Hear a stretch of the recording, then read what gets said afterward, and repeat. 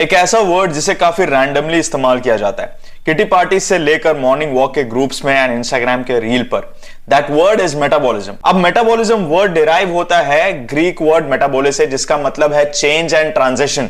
ये change and transition apply होता है आपके बॉडी के सेल्यूलर लेवल पे, एंड किस स्पीड से ये चेंज एंड ट्रांजिशन आपकी बॉडी में अगर हो रहा है उस बेसिस पे हम लोग बोल देते हैं कि मेरा मेटाबॉलिज्म फास्ट है या मेरा मेटाबॉलिज्म स्लो है। बड़े ही आराम से समझना चाहे तो मेटाबॉलिज्म में दो चीजें इन्वॉल्व होती हैं, कैटाबॉलिज्म एंड एनाबॉलिज्म। एनाबॉलिज्म मतलब जिसमें चीजें बनती हैं। फॉर एग्जांपल आपने प्रोटीन खाया, उस प्रोटीन से आपकी बॉडी ने मसल्स बनाए।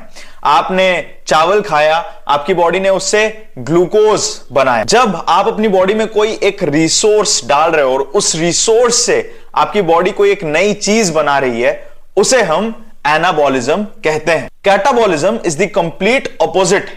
In order to live, in order to move and in order to sustain ourselves, हमारी बॉडी अंदर ही अंदर बहुत सारे प्रोसेसेस को परफॉर्म करती है जिसमें एनर्जी का ब्रेकडाउन होता है।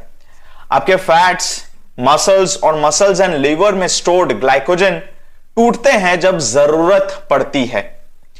इस पूरे ब्रेकडाउन वाले प्रोसीजर को हम जो है कैटाबॉलिज्म कहते हैं। ये एनाबॉलिज्म और कैटाबॉलिज्म दोनों मिलके वर्ड बनते हैं मेटाबॉलिज्म। अब जिस इंसान की बॉडी में फास्ट कैटाबॉलिज्म होता है, यानी कि फास्ट ब्रेकडाउन होता है, एंड स्लो एनाबॉलिज्म होता है, यानी कि स्लो बिल्डअप होता है, वो लोग कहते हैं कि भैया मेरा मेटाबॉलिज्म फास्ट है, मैं जल्दी गेन नहीं कर पाता क्योंकि मेरी बॉडी में ब्रेकडाउन वाली प्रोसीजर जो है वो ज्यादा होती है in comparison to build up होने वाली प्रोसीजर। एंड स्लो मेटाबॉलिज्म वाले कहते हैं कि यार मेरी बॉडी में चीजें बिल्डअप बड़ी जल्दी हो जाती हैं। एनाबॉलिज्म जो है वो फटाफट हो जाता है, लेकिन कैटाबॉलिज्म चीजों का टूटना, स्पेसिफिकली फैट्स का टूटना बहुत ही जल्दी नहीं हो पाता।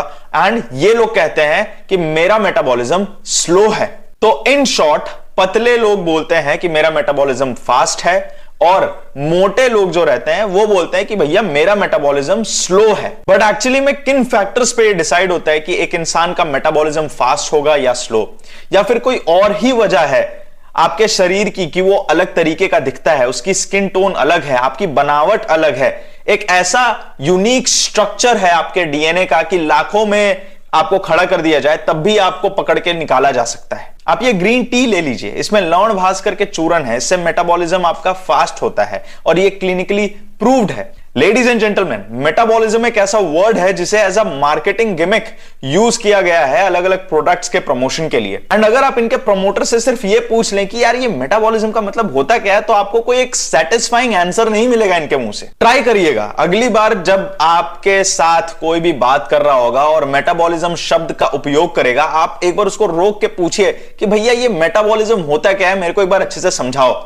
अब देखिएगा उनके मुंह से क्या चीजें निकलेंगी। Now let's uncover whether metabolism is the actual reason for your body's appearance, and is your metabolism the main reason not allowing your body to look the way you want it to look like. And to make you understand this, I will not give you any scientific statements or show you any scientific papers. All I'm going to do is give you some examples which are related in our day-to-day life. And if you will relate to those examples, you will get what I am talking about. Let's start. हम तीन लोगों को लेते हैं, टुनटुन मौसी, Shizuka and छुटकी।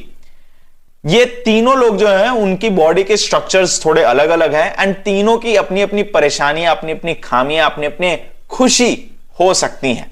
Generally ये तीन बॉडी जो टाइप्स हैं, इसमें टुनटुन मौसी कहती है कि मैं भले ही लड्डू बनाती हूं पर खाती नहीं हूं। लोग बोलते हैं कि मैं बहुत ही मोटी हूं, सारा दिन खाती रहती हूं, बट असलियत तो यह है मेरा मेटाबॉलिज्म स्लो है। मैं कितना भी कुछ भी कर लूं बट मेरा वेट कम नहीं होता है। खाना भी मैं बिल्कुल नॉर्मल ही खाती हूं, उल्टा दूसरे लोगों से कम खाती हूं, फिर भी मेरा वेट कम नहीं होता, मेरा मेटाबॉलिज्म स्लो है। शिजुका ने बोला कि मेरी बॉडी बिल्कुल फिट है, फाइन है, मुझे कॉम्प्लीमेंट्स मिलते हैं, लड़के मेरे पीछे पागल रहते हैं, और बिना कुछ बहुत ज्यादा एफर्ट किए हुए, नॉर्मल चीजें खाते पीते हुए मैं बिल्कुल अच्छी बॉडी शेप को मेंटेन कर लेती हूं। So this is so nice. And last में छुटकी बोलती है कि यार मेरा मेटाबॉलिज्म तो बहुत ही ज्यादा फास्ट है, मैं कितना भी खा लूं बट ये मेरी कमर जो है वो बिल्कुल पतली की पतली ही रहती है। मैंने बहुत कोशिश की बट कुछ हो ना पाया। ये एक 3 टाइप्स ऑफ बॉडीज होती हैं जो हम जैसे फिटनेस प्रोफेशनल्स के सामने आती है अपने फिजिक, अपने परफॉर्मेंस और अपने हेल्थ गोल्स को लेकर, and we have to treat them accordingly. But कैसे एक स्लो एंड फास्ट मेटाबॉलिज्म का ट्रीटमेंट होता है? वेल, मैं बोलूंगा that more than metabolism, most of the things depend on the set point of your body. Metabolism is not the main concern. The main concern is the set point of your body. And इस set point के बारे में कोई बात ही नहीं करता है। आइए डिस्कस करते हैं कि ये set point होता क्या है। Set point बेसिकली आपके जेनेटिक पोटेंशियल को रिप्रेजेंट करता है at its most neutral level. For example, अगर हम सब एक जैसा खाना खाने लग जाए, एक जैसा वर्कआउट करने लग जाए, एक जैसा रूटीन फॉलो करने लग जाए, तो क्या हम सब एक जैसे दिखाई देंगे? वेल, जवाब है नहीं। एक जैसा सब कुछ करने के बाद भी कुछ लोग बड़े ही फिट दिखाई देंगे। मैं बोल रहा हूं फिट दिखाई देंगे, हैं? नहीं। फिटनेस की डेफिनेशन आपकी अलग हो सकती है। फिट दिखाई देंगे बट सारी चीजें सेम करने के बावजूद भी कुछ लोग ऐसे हो सकते हैं जो ऑन दी हेवियर साइड दिखाई दें, कुछ लोग ऐसे हो सकते हैं जो ऑन दी थिनर साइड दिखाई दें। यहां दिखने की बात हो रही है। वेल, इसी को कहते हैं सेट पॉइंट थ्योरी, कि आप जो रिजल्ट ड्रॉ आउट करते हो वो इस पे डिपेंड करता है कि आपका स्टार्टिंग पॉइंट कहां था। और ये स्टार्टिंग पॉइंट डिपेंड करता है कि बचपन से आपकी फैमिली ने आपको कैसे फूड हैबिट्स से इंट्रोड्यूस करवाया, कितनी एक्टिविटी से इंट्रोड्यूस करवाया, कितने फिजिकल एक्टिविटी में आप खुद से इन्वॉल्व हुए, एंड ऑफ कोर्स सबका माई बाप आपके जेनेटिक्स, कैसे जेनेटिक्स पास हुए हैं आपके अंदर। तो जो हमने 3 टाइप्स ऑफ बॉडीज को डिस्कस किया था, अब उनके सोल्यूशन पे ध्यान देते हैं। टुनटुन मौसी ने बोला मेरा मेटाबॉलिज्म स्लो है, जबकि टुनटुन मौसी एक ऐसे परिवार से आ रही थी जहां मोस्टली सब मोटे हो रखे थे, और ये जो मोटापा हो रखा था वो बेसिकली हो रखा था उनके ईटिंग हैबिट्स की वजह से। एंड ऑफ कोर्स क्योंकि ये ईटिंग हैबिट्स जनरेशनल वाइज चले हुए आ रही थी, तो उनका जो मोटापा था वो उनके जीन्स में भी काफी अच्छे से इंटीग्रेट होते हुए आ चुका था। अब अगर टुनटुन मौसी ने अपने दूसरे एस्पेक्ट यानी कि physical training and eating habits पे ध्यान दे दिया, तो आधी चीजें काफी हद तक सॉल्व हो जाएंगी। उनका वेट कम होगा, उनका फिजिकल अपीयरेंस इंप्रूव होगा, उनका स्ट्रेस एंड मूड अच्छा हो जाएगा, सोशल गैदरिंग्स में वो उतना ज्यादा ऑकवर्ड नहीं फील करेंगी, उनका कॉन्फिडेंस इंप्रूव होगा, सब कुछ सही जा रहा होगा until and unless she starts comparing her body, not her performance, her body with Shizuka और छुटकी। अब शिजुका ऑलरेडी एक ऐसे फैमिली बैकग्राउंड से आ रही थी जहां पे लंबे जनरेशन से लोग अपने खाने पीने का, अपने फिजिकल एक्टिविटी का ध्यान दे रहे थे।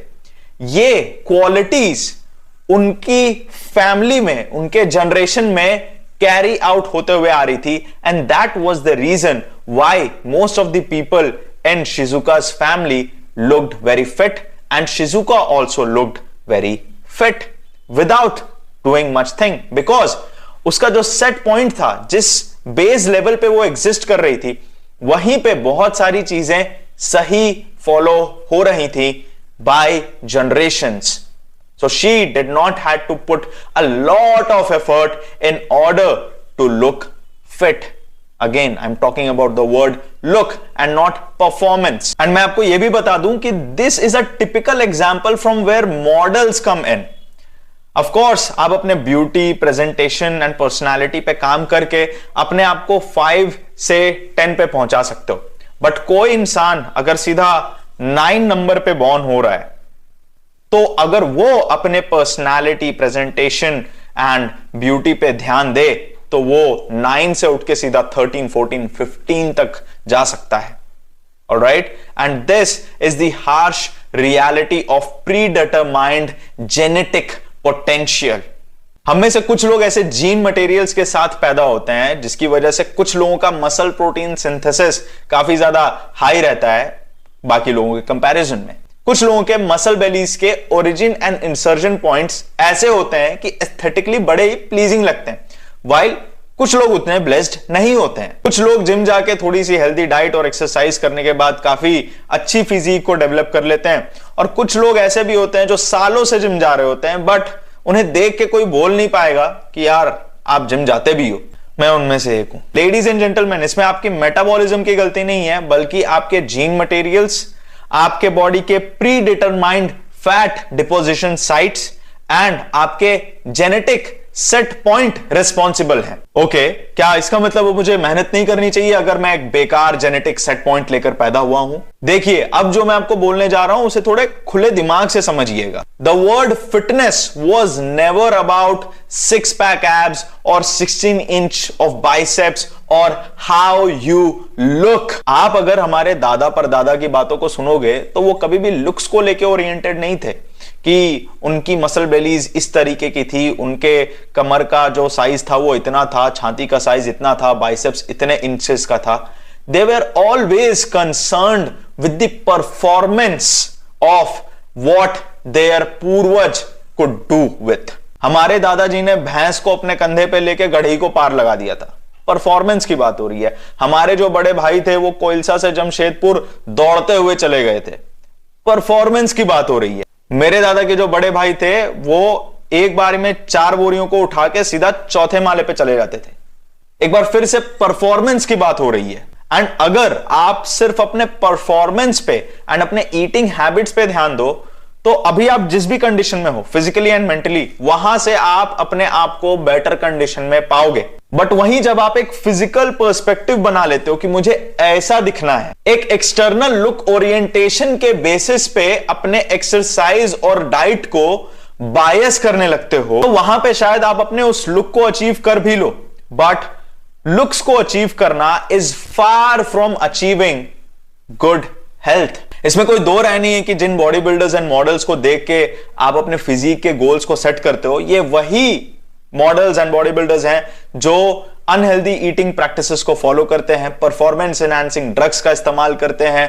एंड अगर आप इनके ब्लड मार्कर्स को देखोगे तब आपको उतना नहीं पसंद आएगा, ठीक है, इनका appearance in comparison to their internal health. तो जब इतनी सारी दिक्कतें हैं तो क्यों हम अपने एक्सटर्नल अपीयरेंस को बायस बना रहे हैं अपने फिटनेस के बेस का? Ladies and gentleman, make performance and your eating habits the basis of your fitness journey. And to be honest, ये जो लुक ओरिएंटेशन वाली जो पूरी चीज है, it is very important in our life, in this human evolution, and this topic we will discuss some other time. And at the end I will conclude by saying that it is not your metabolism which is stopping you to achieve your fitness goals, but it is you making a false expectation of achieving a certain kind of a body by following improper fitness practices. What you should be doing is working on your fitness, that is working on your performance levels and making your nutrition better and not following any certain kind of a diet. You have to make your nutrition better. Okay? मैं इसे हिंदी में भी बोलूंगा, आपके fitness goals को पाने से जो चीज आपको रोक रही है वो आपका मेटाबॉलिज्म नहीं है, बल्कि गलत फिटनेस प्रैक्टिसेस के जरिए एक खास तरह का शरीर की झूठी उम्मीद बनाना है। आपको करना क्या चाहिए? आप अपनी फिटनेस की परफॉर्मेंस को बेटर बनाएं और एक बेटर न्यूट्रिशन फॉलो करें, ना कि कोई एक सर्टेन तरीके का डाइट प्लान जो आपको कुछ ऐसा रिजल्ट दे दे जिससे आप एक तरीके के दिखने लग जाओ। ओके, इस वीडियो का दूसरा पार्ट भी आएगा जिसमें हम मेटाबॉलिज्म के टेक्निकलिटीज एंड टेक्निकल टर्म्स को समझेंगे ताकि अपनी हेल्थ को ज्यादा बेटर तरीके से अप्रोच कर पाएं। अगर आप इंटरेस्टेड हैं उस वीडियो को देखने के लिए, so make sure to subscribe this channel and I will see you in the next one. Thank you so much.